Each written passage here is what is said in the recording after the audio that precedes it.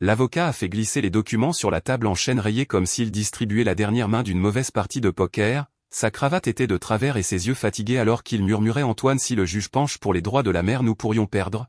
J'ai senti le sang se retirer de mon visage sous les néons grésillants du palais de justice et quelque part dans le couloir une porte a claqué assez fort pour faire trembler les vitres, mes mains qui avaient réparé des barrières de lit cassées et débouché des canalisations au centre hospitalier universitaire pendant 25 ans tremblaient soudainement comme si je n'avais jamais tenu une clé à molette de ma vie. En face de moi Lucas ne bronchait pas, 17 ans grand et dégingandé maintenant les épaules légèrement voûtées comme s'il essayait de se faire plus petit dans un monde qu'il trouvait toujours trop bruyant. Ses yeux étaient fixes de ce même bleu-gris calme qui regardait par la fenêtre du salon quand il avait 6 ans. Il s'est penché tout près si près que je pouvais sentir l'odeur du chewing-gum à la menthe qu'il mâchait toujours quand il réfléchissait et il a chuchoté « Laisse-la simplement parler ». Pendant une seconde je n'ai pas compris ce qu'il voulait dire, je voulais le saisir par les épaules et lui dire « Parler c'est comme ça qu'elle est partie, c'est comme ça qu'elle a menti, c'est comme ça qu'elle a franchi la porte il y a 11 ans sans jamais se retourner ». Mais Lucas n'a pas scié, il n'a pas élevé la voix, il est juste resté assis là comme une pierre dans la rivière laissant le courant se précipiter autour de lui attendant qu'il révèle ce qu'il transportait. Ma gorge s'est serrée, j'ai avalé difficilement et j'ai regardé à nouveau notre avocat en demandant comment ça on pourrait perdre. Il a expiré en se frottant le front et a dit le tribunal des affaires familiales est imprévisible, vous êtes son beau-père, vous avez fait le travail, vous l'avez élevé mais biologiquement, ne le dites pas ai-je coupé plus sèchement que je ne le voulais ma voix résonnant sur les murs nus du tribunal et je me suis détesté immédiatement pour ça. Les doigts de Lucas ont tressailli, petit mouvement rapide puis se sont immobilisés à nouveau sur son genou, l'avocat a levé la main je ne vous insulte pas. Je vous dis ce que la partie adverse va plaider, l'avocat de Valérie va vous dépeindre comme celui qui a gardé son fils loin d'elle comme si vous le contrôliez comme si vous étiez assis sur l'argent qui appartient à la mère. Mon estomac s'est retourné, j'ai pensé au visage de Valérie, maquillage, lèvres parfaites, ce tremblement étudié dans sa voix la dernière fois qu'elle s'est tenue sous mon porche sous la pluie en disant je veux juste récupérer mon fils comme si elle ne l'avait pas déposé sur mes genoux comme une valise indésirable. Le murmure de Lucas a résonné à nouveau dans ma tête, laisse-la simplement parler. L'avocat s'est penché en avant, nous devons rester calmes, laissez-la témoigner, laissez son avocat parler.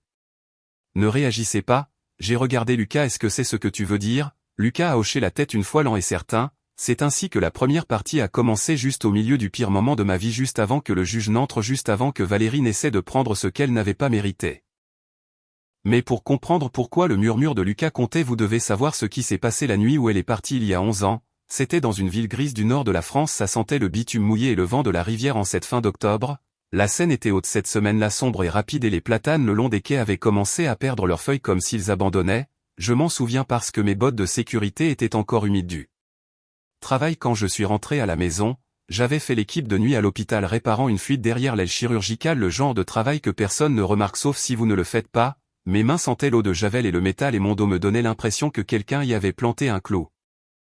Quand je suis entré dans notre petite maison en banlieue, les lumières étaient allumées dans la cuisine, la radio jouait doucement une de ces vieilles chansons de variété française qui grésillaient quand le vent tournait. Lucas était assis à la table, les genoux remontés sous lui se balançant légèrement, il avait 6 ans à l'époque, petit maigre pâle comme s'il ne passait pas assez de temps dehors. Valérie se tenait au comptoir, son sac à main déjà sur l'épaule. Au début je n'ai même pas percuté, je pensais qu'elle allait au supermarché ou à la pharmacie de garde pour acheter quelque chose, elle avait l'habitude de faire ça, sortir tard, revenir avec un sac de bricoles et une histoire. Mais ensuite j'ai vu la valise près de la porte de derrière, ma poitrine s'est serrée, qu'est-ce qui se passe? Valérie ne s'est pas retournée tout de suite, elle gardait les yeux sur l'évier faisant couler de l'eau qui n'avait pas besoin de couler, je ne peux plus faire ça Antoine. J'ai ri une fois parce que mon cerveau refusait de comprendre, faire quoi, des spaghettis, on est jeudi. Elle m'a enfin fait face, son mascara était déjà fait, ses cheveux bouclés, elle avait l'air prête comme si elle s'était préparée depuis des heures pendant que Lucas restait assis là retenant son souffle. Lucas a besoin de plus que ce que je peux donner, a-t-elle dit comme si elle lisait une fiche. Cette maison, cette vie, c'est étouffant. J'ai jeté un coup d'œil à Lucas, il ne m'a pas regardé, il fixait le motif de la nappe en toile cirée traçant les petits carrés avec son doigt silencieux, toujours silencieux quand l'air devenait tendu. Valérie, ai-je dit en essayant de garder une voix égale, nous venons d'avoir le diagnostic, nous avons à peine. Exactement, elle m'a coupé la parole, ce diagnostic autisme thérapie, rendez-vous, je n'ai pas signé pour ça. J'ai eu l'impression que quelqu'un m'avait frappé à la gorge, tu n'as pas signé pour ton enfant? Sa mâchoire s'est crispée, ne fais pas ça. J'ai fait un pas en avant, mes bottes couinaient sur le lino, faire quoi, dire la vérité? Elle a regardé derrière moi vers la fenêtre du jardin, j'ai suivi son regard et j'ai vu des phares dans l'allée derrière notre clôture, une voiture qui tournait au ralenti. Mon estomac est devenu froid, tu parais, je dis maintenant. La voix de Valérie s'est durcie, je vais vivre ma vie Antoine, je suis encore jeune, je ne vais pas passer le reste de ma vie dans des cabinets médicaux et des réunions scolaires. Jeune, comment ai-je demandé avant de pouvoir m'arrêter? Ses joues ont rougi, ce ne sont pas tes affaires. Oh que si ce sont mes affaires, ai-je dit, ma colère montant comme de la vapeur parce que tu es sur le point d'abandonner ton fils. Lucas se balançait un peu plus vite, sa respiration changeait plus courte, plus rapide, je pouvais voir ses doigts se recroqueviller sur le bord de la nappe comme s'il essayait de s'ancrer. J'ai forcé ma voix à s'adoucir. Bonhomme, ai-je dit, ça va aller. Valérie a saisi la poignée de sa valise. Il sera bien avec toi, avec moi, ai-je répété stupéfait. Valérie, je ne suis pas.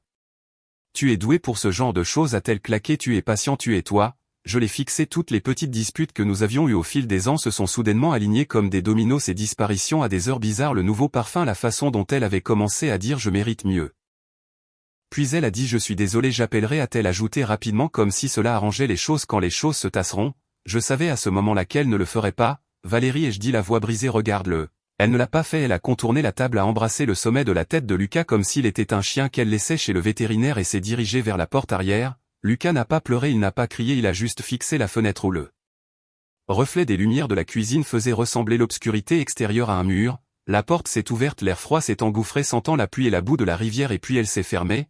La radio continuait de jouer une chanson triste sur une rupture. Je suis resté là figé, mon cœur battait fort dans mes oreilles, mes mains étaient encore humides de l'hôpital, je me souviens avoir regardé mes mains et pensé comment suis-je censé faire ça, comment suis-je censé élever un enfant quand je peux à peine gérer ma propre vie. Lucas a chuchoté à peine audible maman. J'ai avalé difficilement, cligné des yeux rapidement, ouais, ai-je dit, elle est partie pour un moment, il a fixé la fenêtre, elle reviendra. Je voulais mentir, je voulais dire oui, bonhomme, elle est juste en colère, elle sera de retour demain, mais quelque chose en moi, peut-être la partie qui avait vu trop de gens dans la salle d'attente des urgences recevoir des promesses jamais tenues, ne pouvait pas le faire. J'ai tiré la chaise à côté de lui et je me suis assis, le vinyle était froid sous mes jambes, je ne sais pas, ai-je admis, mais je suis là.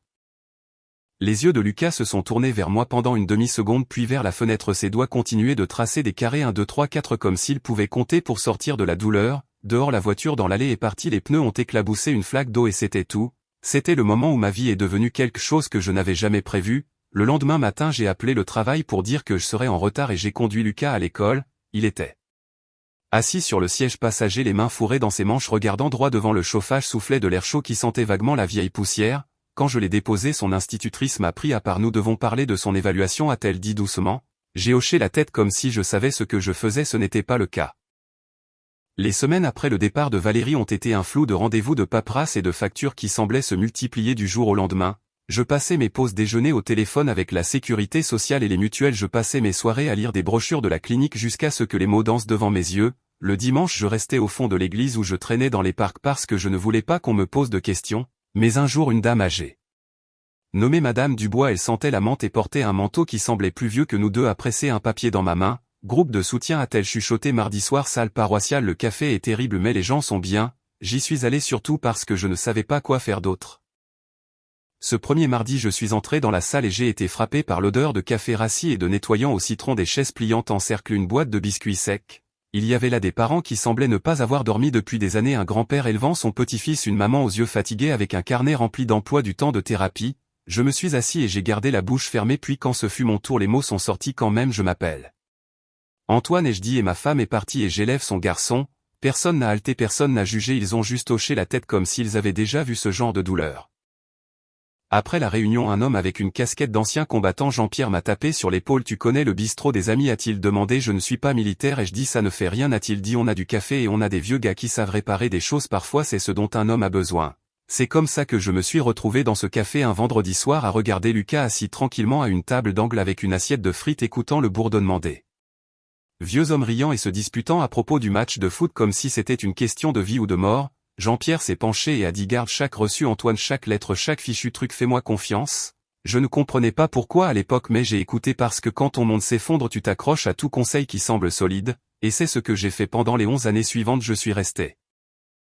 J'ai appris les rythmes de Lucas, la façon dont il avait besoin que ses chaussettes soient pliées exactement comme ça, la façon dont les supermarchés bruyants crispaient ses épaules, la façon dont il pouvait se calmer si nous restions assis dans la camionnette pendant 5 minutes à écouter le moteur tourner au ralenti. J'ai appris à lui parler sans l'envahir, appris à lui donner de l'espace sans le laisser dériver, et lentement il a commencé à grandir, non pas comme le genre de gamin qui fait des blagues à table ou joue au foot dans le jardin, mais comme un gamin qui remarquait tout, un gamin qui se souvenait des dates et des modèles, un gamin qui, alors que je pensais me noyer, a commencé tranquillement à construire un radeau avec des détails. Je ne l'ai pas vu à l'époque, tout ce que je voyais c'était ma propre fatigue, ma propre peur, ma propre colère qui n'est jamais vraiment partie. Et quand Lucas a eu 17 ans et que son petit projet informatique est soudainement devenu une valeur de 3,7 millions d'euros, cette colère est revenue sous une forme différente. Parce que l'argent n'achète pas seulement le confort, il achète l'attention, et le genre de personnes qui vous ont abandonné ont une façon de sentir l'attention comme du sang dans l'eau. Alors quand Valérie est réapparue cette fois sous la pluie avec un avocat et un sourire qui n'atteignait pas ses yeux, mon premier instinct n'a pas été la vengeance, c'était la panique. Et maintenant, assis dans cette salle du tribunal avec les lumières grésillantes et la table rayée, entendant notre avocat dire que nous pourrions perdre, j'ai réalisé quelque chose qui a fait tomber mon estomac encore plus bas. J'étais resté pendant 11 ans mais je ne m'étais pas préparé à la guerre. Lucas l'avait fait, et tout ce qu'il me demandait c'était une chose: laisse-la simplement parler.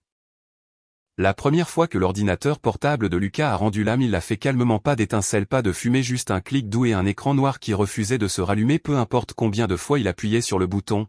C'était un mardi soir de février, la neige s'entassait le long des trottoirs en bancs gris sale et la chaudière cliquetait comme si elle allait lâcher d'une minute à l'autre. J'étais à la table de la cuisine essayant d'équilibrer un carnet de chèques qui ne s'équilibrait jamais tandis que Lucas était assis en face de moi, les épaules voûtées, les yeux rivés sur l'écran. Il a appuyé à nouveau sur le bouton, rien. Il s'est figé, pas paniqué, pas en colère, juste figé comme si le monde s'était arrêté au milieu d'une phrase et je dis doucement: qu'est-ce qui ne va pas? Il a avalé sa salive, il ne répond pas. Je me suis penché, plissant les yeux vers l'écran comme si cela aiderait, peut-être qu'il a juste besoin d'un redémarrage, je l'ai déjà fait, a-t-il dit un peu plus sèchement que d'habitude, puis il s'est repris. Désolé, c'est bon, ai-je dit rapidement, on va trouver une solution. Mais quand j'ai ouvert le panneau arrière, mon cœur a sombré, la chose tenait avec des vis dépareillées et de l'espoir, un ordinateur acheté d'occasion 2 ans plus tôt avec de l'argent que j'avais sorti d'une enveloppe étiqueté urgence uniquement. Est-ce qu'il peut être réparé, a-t-il demandé. J'ai hésité juste une seconde de trop. Lucas remarquait tout. Oui, ai-je dit quand même, probablement. Cette nuit-là, après qu'il soit allé au lit, je me suis assis à la table avec les entrailles de l'ordinateur étalées comme un patient sur un plateau d'opération. L'odeur de poussière brûlée remplissait la cuisine. Je me suis frotté les yeux et j'ai regardé le circuit imprimé fissuré. Je n'avais pas l'argent pour un nouveau, pas même de loin. Alors le lendemain, j'ai pris ma pause déjeuner à l'hôpital et je suis descendu au local de stockage de la maintenance, le vieux, celui où les moniteurs cassés et les machines obsolètes allaient mourir. Antoine, a dit mon superviseur quand il m'a vu fouiller dans un bac. Qu'est-ce que tu cherches? N'importe quoi avec un disque dur qui marche, et je dis longue histoire, il a soupiré. Prends ce que tu veux, ne le dis juste à personne. Ce soir-là, je suis rentré à la maison sentant l'huile de machine et la poussière. Lucas regardait depuis l'encadrement de la porte alors que j'étalais les pièces récupérées sur la table. Tu n'es pas obligé de faire ça, a-t-il dit. Je le veux, ai-je répondu. Assieds-toi. Il s'est assis pendant 3 heures. Nous avons travaillé en silence sauf pour le tic-tac de l'horloge murale et le bourdonnement occasionnel d'un camion passant dehors. J'ai soudé, il a regardé, puis doucement il a pointé. Celui-là va là. J'ai suivi son doigt, il avait raison. Quand l'écran a finalement clignoté pour revenir à la vie, il a laissé échapper un souffle que je n'avais pas réalisé qu'il retenait. Merci, a-t-il dit. C'était la première fois que je comprenais quelque chose d'important. Lucas n'aimait pas juste les ordinateurs, il les voyait. À l'époque, l'application n'avait pas de nom, c'était juste des dossiers et des notes et des croquis collés au mur avec du ruban adhésif bleu de peintre. Lucas rentrait de l'école, mangeait le même sandwich au jambon qu'il mangeait tous les jours puis disparaissait dans sa chambre. Parfois je n'entendais rien d'autre que le bruit du clavier, d'autres fois je l'entendais faire les 100 pas comptant à voix basse 1, 2, 3, 4. Sur quoi travailles-tu? ai-je demandé une fois appuyé contre le cadre de sa porte. Une façon de rendre les magasins plus silencieux, a-t-il dit. J'ai froncé les sourcils. Tu veux dire des écouteurs? Non, a-t-il dit patiemment. Des motifs? Il m'a expliqué lentement comme s'il avait peur que je me perde. L'application décomposait les grands endroits écrasants de supermarchés, écoles, gares en étapes, en chemin visuel, en rappel, d'où une façon de savoir ce qui venait ensuite pour que le bruit ne prenne pas le dessus sur votre tête. Je ne comprenais pas le code mais je comprenais le besoin. Je l'avais vu se fermer dans l'allée des céréales au supermarché quand un enfant criait 2 rangées plus loin, vu ses mains trembler quand les néons grésillaient trop fort. Si cette chose pouvait l'aider, peut-être qu'elle pourrait aider quelqu'un d'autre aussi. La première fois qu'il a essayé de la montrer à quelqu'un en dehors de la maison, c'était à la médiathèque municipale, une petite soirée technologique communautaire, table pliante. Café et gobelets en plastique, la moitié des gens là-bas avaient l'air d'être entrés par erreur. Lucas se tenait derrière la table, les yeux rivés au sol. Tu veux que je parle? ai-je demandé. Il a secoué la tête. Je peux. Il s'est raclé la gorge. C'est un outil de planification et de navigation pour les personnes ayant des problèmes de traitement sensoriel. L'ordinateur portable a gelé à mi-chemin de la démo. J'ai senti mon estomac tomber. Lucas fixait l'écran, respirant vite, ses doigts s'agitaient puis s'arrêtaient. Il a fermé l'ordinateur lentement. Je suis désolé, a-t-il dit. Ça n'a pas marché. C'est pas grave, a dit une femme gentiment. La technologie fait ça. Mais je pouvais le voir sur son visage, la déception, la façon dont il se repliait sur lui-même comme s'il se préparait à l'impact. Ce soir-là, il n'a pas touché à l'application. 2 semaines ont passé puis 3. Je l'ai trouvé un soir assis sur son lit regardant ses mains. Tu abandonnes? ai-je demandé doucement. Il a haussé les épaules. Peut-être que c'est stupide. Non, ai-je dit fermement. Ce n'est pas le cas. Il a levé les yeux. Comment tu le sais? J'ai pensé aux nuits où je rentrais épuisé mon dos hurlant mes mains brutes à cause des produits chimiques et où je cuisinais quand même le dîner parce que quelqu'un avait besoin de moi parce que les choses stupides n'aident pas les gens et je dis et ça t'aide. Le lendemain matin j'ai pris une décision qui m'a fait une peur bleue, j'ai vendu mon vieux Renault Kangoo avec ses passages de roues rouillées et son tableau de bord fissuré mais il roulait, il avait transporté du bois, du matériel hospitalier et plus de courses que je ne pouvais compter. Je l'ai vendu pour moins que ce qu'il valait et j'ai acheté à Lucas un ordinateur portable reconditionné qui ne sifflait pas quand on l'allumait. Quand je le lui ai tendu il m'a regardé comme si je venais de lui donner la lune. Tu as besoin de la camionnette, a-t-il dit. Je peux marcher et je répondu on ne peut pas remplacer le temps. Il m'a serré dans ses bras alors maladroit bref mais réel. Les choses ont changé vite après ça, pas du jour au lendemain, pas comme dans un montage de film mais assez. Lucas a affiné l'application, lui a donné un nom, Symétrie, est entré dans un petit concours régional, il n'a pas gagné la première place mais il s'est fait remarquer. Un mois plus tard le journal local a publié un petit article en page 4, un ado local développe une appli pour les utilisateurs neurodivergents. Je l'ai découpé et collé sur le frigo, puis est arrivé l'email, puis l'appel, puis la réunion dans un café près du fleuve où un homme en blazer parlait d'évaluation et de croissance des utilisateurs comme s'il commandait un déjeuner. Quand le chiffre est tombé 3,7 millions d'euros, je me suis senti étourdi. Lucas a juste hoché la tête. Nous n'avons pas fait la fête, nous avons pris un avocat, un homme calme plus vieux que moi qui portait le même costume marron à chaque fois. Il a parlé de structure et de protection et a dit quelque chose qui m'est resté. L'argent ne change pas les gens, a-t-il dit, il les révèle. Ce soir-là j'ai ouvert un dossier et j'ai écrit une étiquette dessus avec un marqueur noir. Lucas Catou, je ne le savais pas encore mais ce dossier allait devenir la chose la plus importante que j'ai jamais possédée car. Une semaine plus tard quand la lettre recommandée est arrivée, elle ne venait pas d'un investisseur, elle venait de Valérie. Valérie n'a pas frappé la première fois qu'elle est revenue, elle se tenait sur mon porche sous la pluie comme si elle était propriétaire des lieux, comme si elle était juste sortie fumer et avait finalement décidé de rentrer. Ses cheveux étaient plus foncés que dans mes souvenirs, son manteau était propre et semblait cher, le genre de manteau qu'on ne porte pas à moins de s'attendre à ce que les gens le remarquent. J'ai ouvert la porte et le froid s'est engouffré portant l'odeur du pavé mouillé et du vent de la rivière. Antoine, a-t-elle dit doucement, on peut parler? Derrière moi je l'ai senti avant de l'entendre, la porte de la chambre de Lucas grinçant juste une fraction. Je pense qu'on a assez parlé pour une viège. Dit, Valérie a regardé derrière moi dans la maison, ses yeux bougeant vite mesurant je veux juste le voir, ce n'est pas un chien et je dis on ne passe pas juste comme ça. Sa mâchoire s'est crispée, je suis sa mère, ce mot a frappé comme un marteau. Je suis sorti et j'ai tiré la porte derrière moi, la pluie traversait ma veste immédiatement froide contre mon dos. 11 ans et je dis calmement tu ne peux pas utiliser ce mot comme s'il était neuf. Valérie a soupiré et a regardé ailleurs comme si j'étais épuisant, je n'étais pas dans un bon état à l'époque. Tu n'étais dans aucun état, j'ai claqué, tu es parti. Je suis parti parce que je me noyais, a-t-elle riposté. Tu crois que c'était facile d'être piégé dans une maison avec un enfant qui... Arrête, ai-je dit sèchement, mes mains serrées en poing. Ne finit pas cette phrase. Elle a pressé ses lèvres l'une contre l'autre puis a adouci sa voix à nouveau. Je vais mieux maintenant, j'ai fait un gros travail sur moi-même. J'ai failli rire derrière la porte, je n'entendais rien, cela m'effrayait plus que le bruit ne l'aurait fait. On ne travaille pas sur soi-même en abandonnant son gamin et je dis on ne se pointe pas maintenant en prétendant que c'est un voyage de guérison. Les yeux de Valérie se sont durcis, je ne prétends pas, je réclame ce qui est à moi. Voilà, c'était dit, j'ai ouvert la porte et je suis rentré sans un autre mot.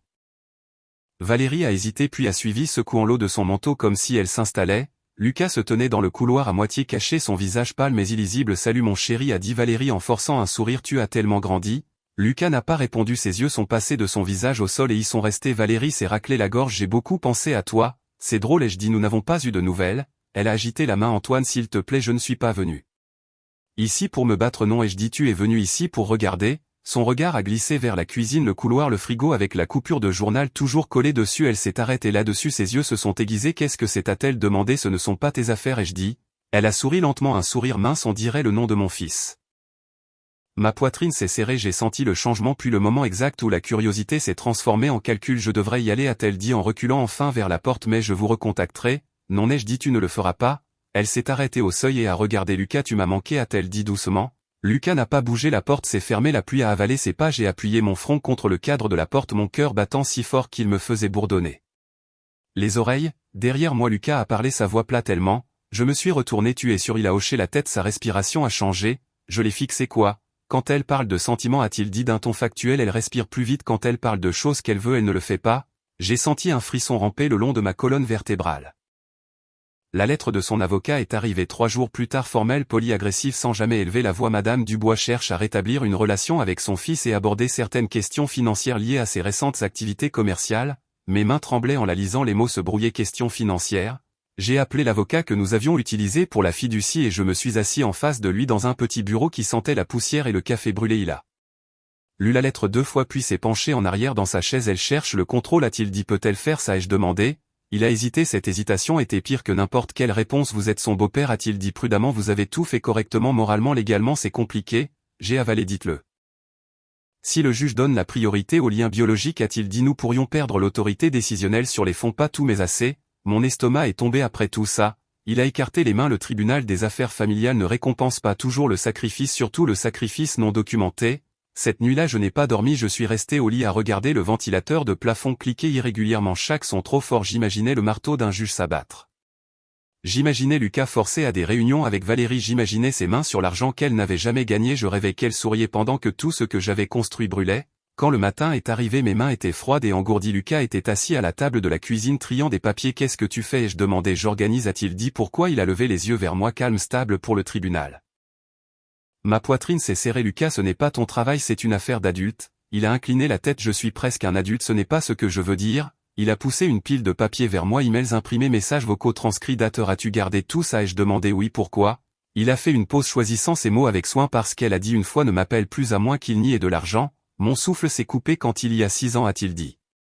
Je m'en suis souvenu. Je me suis assis lourdement sur la chaise. Valérie ne l'avait pas seulement abandonné, elle lui avait appris quelque chose, que les gens disent la vérité finalement si vous les laissez parler assez longtemps. Et soudain son murmure au tribunal prenait un sens terrifiant. Je ne voulais pas croire que mon beau-fils de 17 ans s'était préparé à cela depuis plus longtemps que moi. Cela a blessé ma fierté d'une manière à laquelle je ne m'attendais pas. Nous nous sommes assis à la table de la cuisine ce soir-là, la même table où Valérie avait un jour fait sa valise et était sortie comme si elle était en retard pour un vol. Le plafonnier clignotait quelque chose que je voulais toujours réparer et une pile de dossiers était posé entre nous, cartonné, étiqueté de l'écriture précise de Lucas, date, non-lieu. Celui-ci, a-t-il dit en glissant un dossier vers moi. Ce sont les emails. Je l'ai ouvert. Message imprimé simple, interligne surligné en jaune. Certains étaient courts, certains étaient cruels dans leur efficacité. Je ne peux pas gérer ça maintenant. Arrête de me contacter. Tu as choisi ça, Antoine. Ma poitrine s'est serrée. Je ne me souvenais pas de la moitié d'entre eux, pas parce qu'ils n'étaient pas arrivés mais parce que je les avais enfouis si profondément que je m'étais presque convaincu que Valérie avait simplement disparu. Celui-ci a continué Lucas en tapotant un autre dossier. Ce sont les transcriptions des messages vocaux. Tu les as transcrits? Ai-je demandé. Oui, a-t-il dit. L'audio était déformé, c'était plus facile à lire. J'en ai pris un au hasard, date 15 mars 2017 h 14h32. Valérie, je ne veux pas de cette responsabilité, s'il te plaît ne m'appelle plus. J'ai fermé les yeux toutes ces années. Je pensais protéger Lucas en ne lui rappelant pas, en ne le laissant pas entendre sa voix. Il s'avère qu'il l'avait entendue de toute façon. Tu n'aurais pas dû avoir à faire ça, ai-je dit doucement. Lucas a haussé les épaules. Ça ne me dérangeait pas. Cela m'a effrayé parce que cela me disait quelque chose sur la précocité avec laquelle il avait appris à ne compter sur personne d'autre. Les semaines suivantes se sont brouillées. Réunions, emails, appels téléphoniques qui semblaient toujours se terminer par on verra ce que dit le juge. L'avocat de Valérie était bon jeune confiant. Il parlait sur des tons calmes et rassurants comme si tout cela n'était qu'un malentendu qui pouvait être aplani avec les bons papiers. Valérie jouait à fond cette image. Quand nous l'avons croisée dans une salle de conférence avant l'audience, elle portait un pull doux et pas de bijoux. Elle avait l'air fatiguée, fragile. Je veux juste ce qu'il y a de mieux pour mon fils, a-t-elle dit en tamponnant ses yeux avec un mouchoir. J'ai senti mes mains se recroqueviller sous la table. Lucas était assis à côté de moi, les mains jointes, les yeux sur la moquette. L'avocat de Valérie lui a souri. Lucas, nous sommes si fiers de ce que tu as accompli. Ta mère a suivi ton parcours de loin. Lucas a levé les yeux. Non, a-t-il dit. La pièce est devenue silencieuse. Non, a répété l'avocat souriant toujours. Elle ne l'a pas fait, a dit Lucas calmement. Si elle l'avait fait, elle saurait que mon application n'est pas un jeu. Valérie s'est raidie. Mon chéri, c'est un logiciel sous licence, a continué Lucas, sa voix égale utilisée par les écoles et les cliniques. Il aide les gens comme moi, s'il te plaît ne le minimise pas. L'avocat a cligné des yeux. Juste une seconde, je me suis mordu l'intérieur de la joue pour ne pas sourire. Plus tard dehors sur le parking, j'ai pris Lucas à part. Ça va, il a hoché la tête. Elle parle trop. Qu'est-ce que tu veux dire? Elle s'explique quand personne ne demande, a-t-il dit. Les gens qui disent la vérité ne font pas ça. Je l'ai fixé. Il n'était pas en colère, il ne complotait pas de vengeance, il observait un modèle. Pourtant j'ai failli tout gâcher. C'est arrivé un vendredi soir au bistrot du coin. De longues tables, l'odeur de friture et de café épaisse dans l'air. Jean-Pierre m'a fait glisser une bière et a secoué la tête. Elle a du culot, a-t-il dit. Tu aurais dû adopter le garçon à l'époque. Je sais, ai-je marmonné. Tu pourrais rendre ça public. Un autre gars est intervenu. Facebook adore ce genre de truc. Pendant un moment l'idée m'a tenté. Poster, les emails, poster, les messages vocaux. Laisser la ville voir qui était vraiment Valérie. Je suis rentré chez moi, remonté téléphone à la main. Lucas était à son bureau en train de taper. Je pense à poster quelque chose, ai-je dit. Il s'est arrêté lentement, s'est retourné. Ce serait une erreur, a-t-il dit. Je me suis hérissé. Elle nous traîne au tribunal. Oui, a-t-il convenu. Où il y a des règles. J'ai expiré brusquement. J'en ai marre des règles. Lucas s'est levé, s'est approché, m'a regardé droit dans les yeux. Papa, a-t-il dit rarement utilisé, toujours délibéré. Les données ne fonctionnent que si elles restent propres. Le mot papa a frappé plus fort que tout ce que l'avocat de Valérie avait dit. J'ai baissé le téléphone. Cette nuit-là je suis resté éveillé à écouter le vent de la rivière faire trembler les fenêtres, réalisant à quel point j'étais passé près de laisser la colère brûler le dossier même qui pourrait nous sauver. 2 jours avant l'audience, Valérie a déposé une motion d'urgence. Notre avocat m'a appelé au travail. Ils essaient d'accélérer, mes mains se sont engourdies. Est-ce que c'est mauvais? C'est de la pression, a-t-il dit. Ils veulent nous prendre au dépourvu. J'ai conduit jusqu'à la maison dans le brouillard, convaincu que c'était le moment où tout s'effondrait. Lucas m'a accueilli à la porte. C'est bon, a-t-il dit avant même que je ne parle. Comment tu le sais? Il se précipite, a-t-il répondu. Cela signifie qu'il devine. Je me suis effondré sur le canapé. Et si le juge se rangeait de son côté quand même?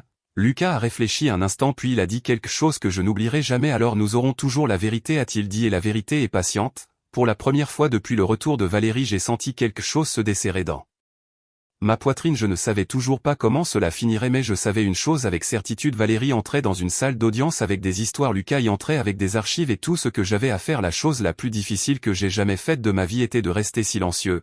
Le tribunal sentait toujours vaguement le vieux papier et la cire à parquet. Ce matin-là, il sentait la sueur et les nerfs. La salle d'audience était déjà à moitié pleine quand nous sommes entrés. Des visages locaux, quelques personnes de l'association, un des gars du bistrot assis au fond, les bras croisés comme s'il gardait l'endroit. Les nouvelles vont vite dans une ville de province, surtout quand l'argent et la famille s'en mêlent. Valérie était assise à la table opposée, le dos droit, les mains jointes soigneusement sur ses genoux. Son avocat s'est penché tout près, chuchotant quelque chose qui la faisait hocher la tête. Juste au bon moment, elle avait l'air calme, composée, comme si elle était à sa place. Je ne l'étais pas. Mon genou sautait sous la table, mes paumes étaient moites, chaque grincement des bancs en bois résonnait comme le tonnerre dans mes oreilles. Je ne cessais de penser à une chose et une seule chose: je ne suis pas son père biologique. Cette phrase traversait ma tête comme une mauvaise chanson qu'on ne peut pas éteindre. Le juge est entré, nous nous sommes levés assis, le marteau est tombé avec un claquement sec qui a résonné sur les murs et dans ma poitrine. L'avocat de Valérie a commencé, il a dépeint un tableau soigné, une mère qui avait fait des erreurs, une femme qui avait lutté, un parent qui avait été tenu à distance alors que la vie et la fortune de son fils avaient grandi sans elle. Elle ne veut que ce qu'il y a de mieux pour son enfant, a-t-il dit doucement, faisant les 100 pas, juste assez pour avoir l'air sincère, et elle croit qu'elle devrait avoir son mot à dire dans les décisions concernant son avenir. Valérie a tamponné ses yeux juste au bon moment, j'ai serré la mâchoire, puis Valérie a pris la barre, elle a parlé doucement, soigneusement, de santé mentale, d'être perdue, de retrouver son chemin. Je n'ai jamais cessé d'aimer mon fils, a-t-elle dit, la voix tremblante. Je pensais que lui donner de l'espace était la bonne chose. J'ai failli me lever, je pouvais sentir la chaleur monter dans ma poitrine, les mots griffant leur chemin dans ma gorge, mais je n'ai pas bougé. Je me suis souvenu du murmure, laisse-la simplement parler. Valérie a parlé d'anniversaire qu'elle ne pouvait pas tout à fait situer, d'école qu'elle nommait mal, de thérapie qu'elle disait soutenir mais ne pouvait pas décrire. Son avocat la guidait doucement, l'éloignant des détails, gardant les choses larges sur. Puis ce fut notre tour. Notre avocat s'est levé, a ajusté ses lunettes et a posé une simple question. Madame Valérie, quand avez-vous assisté pour la dernière fois à l'une des séances de thérapie de Lucas? Valérie a cligné des yeux. Eh bien, ça fait un moment. Combien de temps? Elle a hésité. Plusieurs années. Pouvez-vous être plus précise? Elle a bougé sur son siège. Je ne me souviens pas de la date exacte. Notre avocat a hoché la tête. Vous rappelez-vous le nom de son thérapeute? Valérie a ouvert la bouche, l'a fermée. Il y en a eu plusieurs. Un murmure a parcouru la salle d'audience. Mon cœur martelait. L'avocat a continué, calme comme un homme lisant une liste de courses. Madame Valérie, êtes-vous au courant que Lucas a une allergie documentée aux arachides? Valérie a froncé les sourcils. Il n'a jamais eu d'allergies enfant. L'épaule de Lucas s'est raidie à côté de moi. Notre avocat n'a pas élevé la voix. Il n'en avait pas besoin. Madame Valérie, a-t-il dit, seriez-vous surprise d'apprendre que ces dossiers scolaires et médicaux listent cette allergie systématiquement depuis plus d'une décennie? Les yeux de Valérie ont glissé vers son avocat trop tard. Le juge s'est penché légèrement en avant puis Lucas a été appelé. Il a marché vers la barre sans hésitation, s'est assis, a ajusté le micro avec des mains prudentes. Veuillez décliner votre identité, a dit le juge. Lucas a-t-il répondu, sa voix était stable, claire. Valérie lui a souri pleine d'espoir, cela n'a pas atteint ses yeux. Lucas ne l'a pas regardé quand il a parlé, il a regardé le juge. J'ai apporté des dossiers, a-t-il dit simplement. Il a remis une pile de documents soigneusement organisés. Email, transcription, journaux de bord, date, fait. Notre avocat l'a guidé doucement. Lucas, peux-tu expliquer pourquoi tu as gardé ça? Oui, a dit Lucas, parce que la cohérence compte. Valérie a bougé sur sa chaise. Lucas a continué imperturbable. Le 15 mars 2017 à 14h32, ma mère a laissé un message vocal déclarant qu'elle ne voulait pas de responsabilité et a demandé à ne pas être contactée à nouveau. L'avocat de Valérie a bondi, objection. Le juge a levé la main, rejeté. Lucas a lu les mots sans émotion, pas d'amertume, pas de colère, juste la vérité. La salle est devenue silencieuse. Le visage de Valérie s'est vidé de sa couleur. Puis est venu l'email, celui où elle avait écrit tu as choisi ça, Antoine, puis un autre et un autre. Valérie a commencé à secouer la tête, c'est hors contexte. Lucas a incliné la tête légèrement. Il n'y a aucun contexte où cette déclaration implique un soutien. J'ai senti les larmes piquer mes yeux, non pas parce qu'elle perdait mais parce qu'il se tenait la calme, mesurée, inébranlable. Le juge a regardé Valérie. Madame Valérie, contestez-vous l'authenticité de ces enregistrements? Valérie a ouvert la bouche, la fermée. Non, a-t-elle chuchoté. Le silence qui a suivi semblait lourd mérité. Quand le verdict est tombé, c'était presque anticlimatique. Le juge a rejeté la demande de Valérie pour le contrôle des actifs de Lucas, lui a ordonné de couvrir une partie des frais de justice, a émis un avertissement sur les futurs dépôts sans fondement. Valérie a fixé droit devant elle alors que le marteau tombait. C'était fini. Dehors sur les marches du tribunal, l'air froid a frappé mon visage comme la liberté. Valérie est passée devant nous sans un mot, ses talons claquant secs contre la pierre. Pas de larmes, pas d'au revoir, juste un espace vide où la responsabilité l'avait finalement rattrapé. Lucas s'est tourné vers moi. Ça va, a-t-il demandé? J'ai hoché la tête, la gorge serrée. Ouais, je le pensais pour la première fois depuis longtemps, je le pensais vraiment. La rivière était basse ce printemps, la large et calme, glissant devant la ville comme si elle avait tout le temps du monde. Une semaine après le verdict, Lucas et moi avons marché sur le chemin de halage juste après le lever du soleil. L'air était assez frais pour piquer un peu, le genre de froid qui vous réveille au lieu de vous accabler. Je portais 2 cafés de la boulangerie, le mien noir, le sien avec trop de lait. Nous n'avons pas beaucoup parlé au début, c'est comme ça que ça a toujours été avec nous. Le silence n'était pas quelque chose dont il fallait avoir peur, c'était un endroit où nous savions tous les deux nous tenir. De l'autre côté de l'eau, le soleil matinal frappait le vieux pont ferroviaire, le rendant orange pendant quelques secondes avant que la lumière ne change à nouveau. J'ai regardé Lucas marcher un demi-pas devant moi, les mains dans les poches de sa veste, comptant ses pas sans s'en rendre compte. Penses-tu parfois à elle? Ai-je demandé. Il s'est arrêté, pas brusquement, juste une pause comme s'il considérait une question qui méritait une réponse honnête. Oui, a-t-il dit, mais pas de la façon dont je le faisais avant. Comment ça? Il a regardé la rivière. Je ne me demande plus pourquoi elle est partie, je remarque seulement qu'elle est restée partie. J'ai hoché la tête, ça avait du sens. Nous nous sommes assis sur un banc près du coude du chemin. Un jogger nous a dépassés, écouteurs aux oreilles, perdu dans son propre monde. Quelque part derrière nous, un train de marchandises a fait retentir sa corne longue et basse, le son roulant sur l'eau comme un souvenir. J'ai pris une gorgée de café et j'ai grimacé, brûlé, trop chaud. Le café de la boulangerie ne changeait jamais. Je continue de penser, et je dis à toutes les fois où j'ai failli gâcher ça. Lucas m'a jeté un coup d'œil. Tu ne l'as pas fait. J'ai failli, et je dis poster des choses, crier, essayer de la combattre de la manière forte. Il a réfléchi à ça. Tu étais en colère, j'avais peur et je corrigeais. Il y a une différence. Il a hoché la tête une fois. La colère est bruyante, la peur est occupée. J'ai souri. Malgré moi, tu devrais écrire des biscuits chinois. Un coin de sa bouche a tressailli. Avec Lucas, ça comptait comme un sourire. Nous sommes restés assis là un peu plus longtemps, regardant l'eau glisser comme elle l'avait toujours fait. Même rivière, même ville, poids différent sur ma poitrine. Plus tard cette semaine, Lucas a demandé si nous pouvions utiliser la salle paroissiale le mardi soir. Pourquoi ai-je demandé? Une réunion, a-t-il dit, pour les enfants comme moi et leurs parents. J'ai cligné des yeux. Tu veux diriger un groupe de soutien? Oui, a-t-il dit simplement. Il y a un besoin. Alors nous l'avons fait. Nous avons installé des chaises pliantes, fait du mauvais café, étiqueté une boîte en carton dont et l'avons collé près de la porte. Lucas a parlé de routine et d'outils. J'ai parlé de paperasse et de patience, de rester quand partir aurait été plus facile. Le premier soir 6 personnes sont venues, la deuxième semaine il y en avait 12. Un mois plus tard, Lucas a utilisé une partie de l'argent de Symétrie pour lancer un petit fonds de bourse d'études. Rien de tape, accent grave, l'œil juste assez pour aider les enfants comme lui à obtenir les outils dont ils avaient besoin sans les mendier. Quand quelqu'un lui a demandé pourquoi il ne voyait pas plus grands programmes nationaux, grande presse, il a secoué la tête. C'est ici que je vis, a-t-il dit, c'est suffisant. Un soir, alors que nous fermions la salle, j'ai finalement posé la question qui était assise dans ma poitrine depuis le tribunal. Comment savais-tu? Et je dis à l'époque quand tu m'as dit de la laisser parler. Lucas a glissé les clés dans sa poche et m'a regardé. Parce que, a-t-il dit prudemment, les gens qui mentent s'expliquent, les gens qui disent la vérité n'en ont pas besoin. J'ai senti quelque chose se poser en moi. À cela toutes ces années, je pensais que rester signifiait faire plus, travailler plus dur, tout réparer avec mes mains. Il s'avère que rester signifiait aussi savoir quand ne pas interrompre. Valérie n'est jamais revenue, pas d'excuse, pas de deuxième tentative, et c'était bien parce que la famille n'est pas qui se pointe quand il y a de l'argent sur la table, c'est qui reste quand les lumières sont éteintes, que les factures sont dues et que personne ne regarde. Si cette histoire a résonné en vous, si vous avez déjà été celui qui est resté quand partir aurait été plus facile, j'espère que vous prendrez une seconde pour réfléchir à cette force, partager cette histoire avec quelqu'un qui la comprend. Et si vous souhaitez entendre plus d'histoires réelles et ancrées comme celle-ci, pensez à vous abonner. Certaines vérités n'ont pas besoin de cris, elles ont juste besoin de temps.